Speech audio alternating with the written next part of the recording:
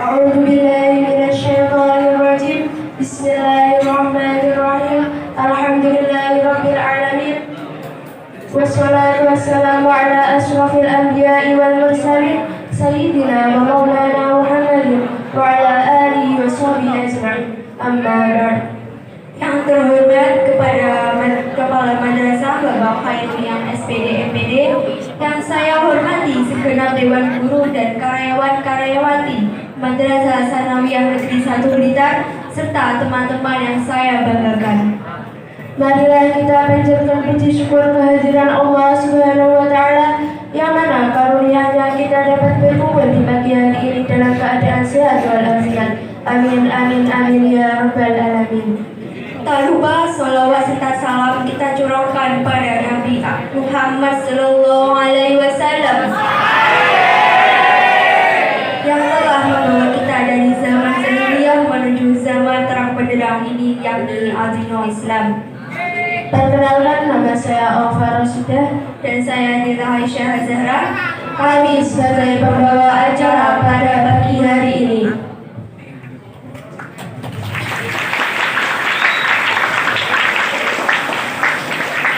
Sebelum itu, perkenalkan kami membacakan susunan acara pada pagi hari ini. Yang pertama, pembukaan. Yang kedua, muhadharah. Yang ketiga, penutup. Marilah kita buka acara pada pagi hari ini dengan baca Ummul Quran. Al-Hadiyah As-Salihah Al-Fatihah.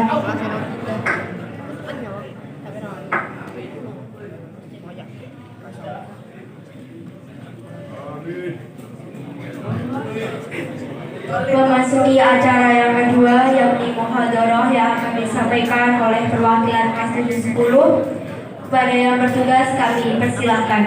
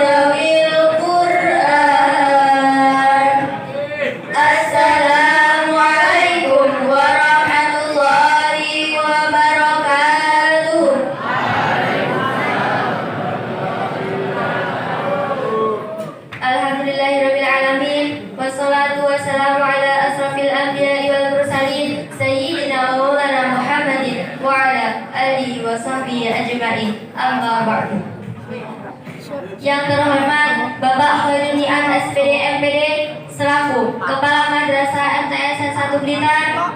Yang kami hormati Bapak Sugeng Widodo SPD SAG selaku Pembimbing Akademi kelas 710 yang tampan dan menawan, serta staf karyawan-karyawati dan guru MTS 1 Blitar. Tak lupa juga teman-teman seperjuangan yang saya banggakan. Hadirin yang dirahmati Allah, pertama-tama marilah kita panjatkan puji syukur kehadirat Allah Subhanahu wa Ta'ala yang telah memberikan rahmat dan hidayah-Nya sehingga pada pagi hari ini kami dapat menyampaikan muhadharah dengan sehat walafiat, tak kurang dari suatu apapun. Tak lupa juga salawat serta salam selalu kita haturkan kepada junjungan kita Nabi Muhammad Sallallahu Alaihi Wasallam, Nabi yang kita nantikan syafaatnya yaumil qiyamah. Amin Allahumma amin. Sebelum kami memulai muhadharah pada pagi hari ini, izinkan kami untuk memperkenalkan diri. Saya Hana Syifal Umar dan saya Cahaya Maya Husnia. Kami perwakilan dari kelas 710 akan menyampaikan muhadharah dengan tema kemuliaan Al-Quran.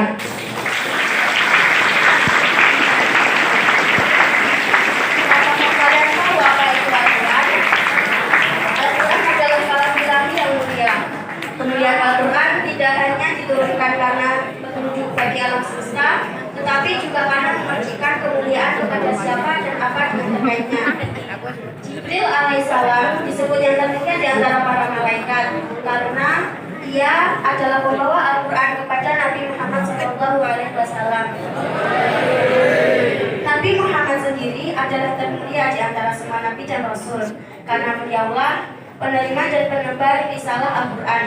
Bulan Ramadan disebut bulan mulia karena dipilih Allah sebagai bulan diturunkannya Al-Quran. Dan malam Lailatul Qadar disebut malam mulia penuh keberkahan karena merupakan malam diturunkannya Al-Quran.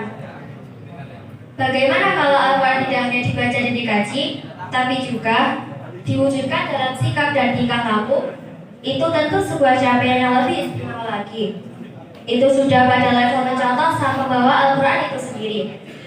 Sebagaimana yang diceritakan Aisyah radhiyallahu anhu, Rasulullah itu alahnya adalah Al-Quran, yang artinya tutur kata dan sikap beliau adalah verbalisasi dan visualisasi dari Al-Quran itu sendiri. Dalam mempelajari Al-Quran seperti membaca, kita juga harus mempelajari ilmu tajwid dan tahsinnya. Setelah itu, mulailah dengan belajar menghafalkannya. Mengenai hafalan, Al-Quran merupakan fase di mana amat menguji kesabaran dan konsistensi. Salah satu keistimewaan dari Al-Quran adalah mudah dihafalkan. Maka sebetulnya setiap manusia memang berpotensi untuk bisa menjadi seorang penghafal Al-Quran. Seseorang yang berusaha menjadi penjaga Al-Quran, yang dengan membaca dan menghafal Al-Quran sesuai dengan yang telah Rasul cantumkan, juga akan berusaha mengamalkan apa yang terkandung di dalamnya. Seperti menjadi hafiz Quran, yang merupakan seseorang yang mampu menghidupkan Al-Quran di dalam hatinya.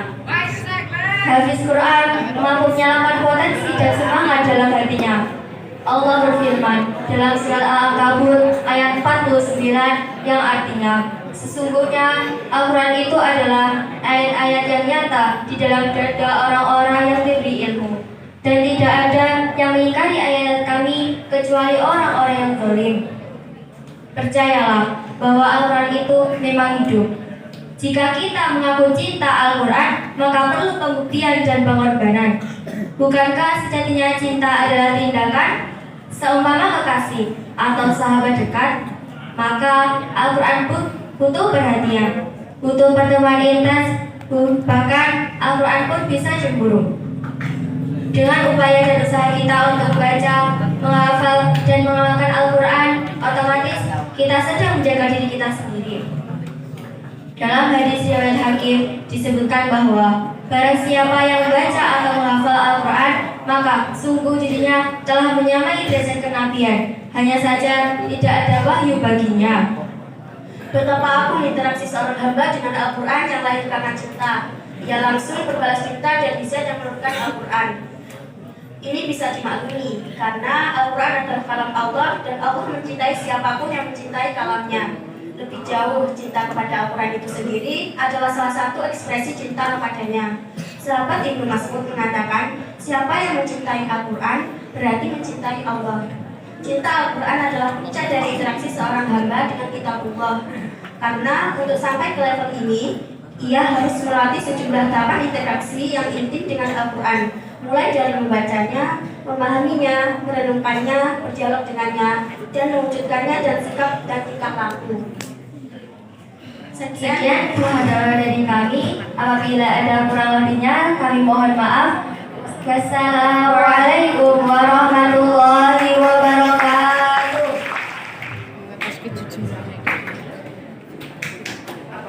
Kesimpulan dari muhadharah dari kelas 710 yaitu tentang kemuliaan Al-Quran. Al-Quran tidak hanya dibaca, tapi juga harus diterapkan dalam kehidupan sehari-hari. Dan siapapun yang mencintai Al-Quran, dia pun juga mencintai Allah.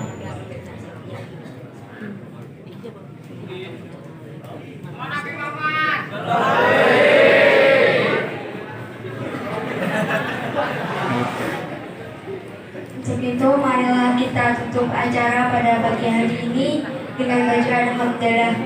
Alhamdulillah.